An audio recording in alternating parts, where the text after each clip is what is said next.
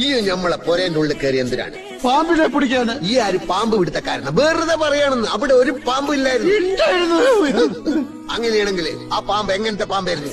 എങ്ങനത്തെ പാമ്പെന്ന് ചോദിച്ചാൽ തലയും പാലും ഉള്ള പാമ്പായിരുന്നു. അല്ലാണ്ട് പിന്നെ കൊമ്പും കാലുള്ള പാമ്പിനെ ഇനി കണ്ടിട്ടുണ്ടോ?